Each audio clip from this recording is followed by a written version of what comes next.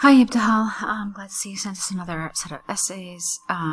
Before we actually start correcting your essays, I want to respond to the question in your email, which is about using one example for your main ideas. Let me bring up the band descriptors so you can see my rationale for what I said to you.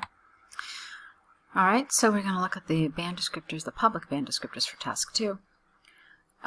Take a look at task achievement, and you can see it says, look, presents, extends, and supports main ideas. Okay? So basically the idea is, it's not like, you present 2 main ideas, oh, well, just support one of them. No. All of your main ideas must be supported. That's the implication here. That's what it's essentially trying to say to you. So it's possible that your paragraph will have just one main idea and you support that. You support it really well with examples and so forth. But if you're going to have 2 separate ideas, then you need to provide support for both of them. You can't just leave something unsupported. All right, so let's move on. Okay, so this is the one about doing part-time jobs. Let's see what you said. The preference of having a job alongside education is becoming a popular phenomenon among the youth recently. This is awkward, among the youth. It's just sounds very strange. Yeah. How about it's becoming a popular phenomenon among young people, maybe would be better, rather than just the youth. Anyway, let's move on. Personally, I believe that having a part-time job has some positive impacts on the student's personality growth and financial independency. However, jeopardizing their education is a major drawback to this situation. This essay will analyze both sides and provide examples to demonstrate points. Okay. So what are you telling me here? Do the benefits outweigh the disadvantages or not? So I'm not really sure, because you said it has some positive impacts, and then you also talk about the major drawback. You haven't answered the question. You told me that there are disadvantages and advantages, but you haven't told me the answer to this. Which outweighs which? Okay, and that's what you need to do here. There is, get rid of Anne. There is ample evidence that securing a job at a young age is a huge factor in building a sense of financial security. It is largely because finding a suitable job creates an adequate source of income. This will give the struggling students a chance to support themselves financially and aid their family. And aid their family in paying. Maybe you could say that. Or aid their family's efforts to pay for school expenses. Something like that would be good. Another benefit to working is showcasing the positive influence of real-life experience on shaping students' intellectual abilities and personality. For example, punctuality, efficiency, workplace ethics, and critical thinking are essential skills that can be obtained through working. Therefore, it is conclusively clear that, students who get rid of this, find a job in parallel to their studies should be encouraged, as not only does this decision help, make ends meet for some, it will also contribute in developing a mature, responsible, and independent character. Get rid of this. Ready to face the real world. All right, that's good. A couple of those little things that are obviously mistakes that you need to change, but other than that, good. Capital W. While there is a case of advantages in favor of the reason why students decide to have a part-time job, the negative impacts on education, cannot be overstated. The central reason behind this is twofold. Firstly, most students fail to strategically manage their time between studying and work, which reflects negatively on their school performance. Secondly, long working hours could leave students exhausted, sleep-deprived, and in no suitable condition to engage in school activities. To illustrate, recent empirical research by Harvard University showed that 44% of students who work in long shift jobs like baristas or store clerks tend to ditch is really informal. So remove that word there.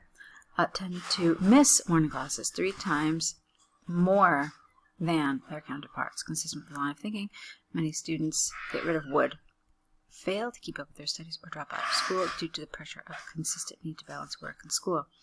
Thus, it's possible to state beyond doubt that the largest drawback to such an idea is the potential harm it may cause to their education, which is considered a priority at this tender age.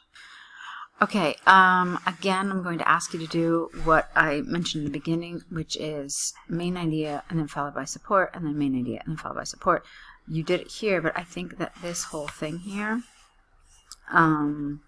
really belonged right after this. Okay, it belonged right here. It doesn't belong at the end. It's not like, all right, here are your main ideas, and then, you know, smush all together your examples.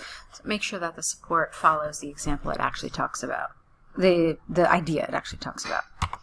In conclusion, from the argument and examples given, I firmly believe that while there is a major drawback of part-time jobs on their education being financially stable and harnessed, that's not the right word here, and may be armed with real-life work experience, proves to be far more beneficial and outweighs the disadvantages. All right, well, if that's the case, then you should reverse your paragraphs. This paragraph, which talks about the positives, should come second. This paragraph, which talks about the disadvantage, should come first, because this is the one you support. And you want the paragraph that you support to act like an anchor. All right, so you have to put it towards the bottom of your essay. Yeah, you have to put it towards the bottom of your essay. It doesn't belong here. You have to reverse this. I also want you to think about what I said in terms of idea, support, rather than, you know, just half the paragraph being about ideas and half the paragraph being about support. And be careful with some of your word choice and some of your grammar, but on the whole, it was nicely done. All right, so let's take a look now at your other task. All right, so here we have your cover letter. Let's see what you wrote here. Dear Sir, Madam, I'm writing in reference to the lead designer position at your company that was posted on LinkedIn website last week. All right, it should be on the LinkedIn website, or you could have just said posted on LinkedIn last week. Either one would be fine. My name is John Smith. I've been working as a graphics designer for the past 7 years, and recently I've obtained a master's degree in environmental design from New York University in London. I'm currently seeking new job opportunities to gain more experience and elevate my skills in the design industry. I have an ample amount of experience using different design programs such as Photoshop, Illustrators, and AutoCAD. I possess the skills of traditional drafting and digital drawing using drawing tablets for years. Regarding my previous work experience, I held the position of lead designer at DigiDesign's company for 5 years. I was mainly responsible for providing the initial design strategies, supervising the overall progress, guiding the design team through the projects, and conducting final evaluation of the deliverables. I was awarded with many certificates for best achievements during this period, which I hope is get rid of A, proof of my candidacy for the job you are offering. Design has always been my passion, but thus far working for small companies has, with an S, only offered me little room for creativity.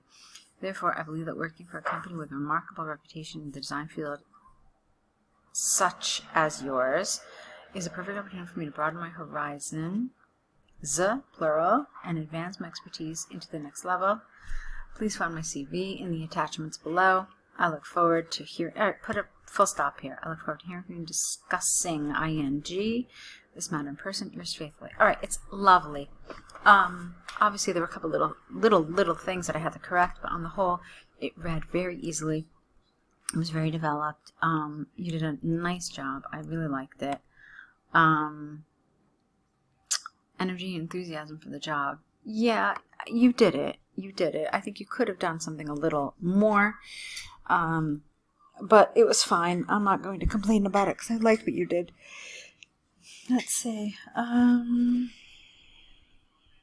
mean, like, you're probably wondering, like, Ellen, what are you talking about? Like, what else could I have said? I'll tell you exactly what I think would be a good response to this.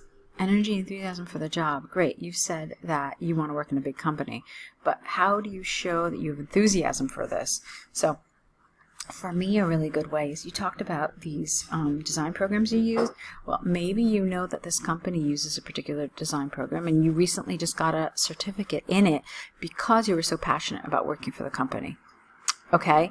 In other words, it's not something you needed for your current job, but in order to be considered for this job, you went ahead and did it. And that shows commitment, that shows passion, that shows enthusiasm. Okay? So something like that would have been nice. On the whole, these were well done. This especially I really liked. We already talked about your task too, so you know what has to happen there. So go ahead and correct these, and let's see another set from you, okay? Good luck.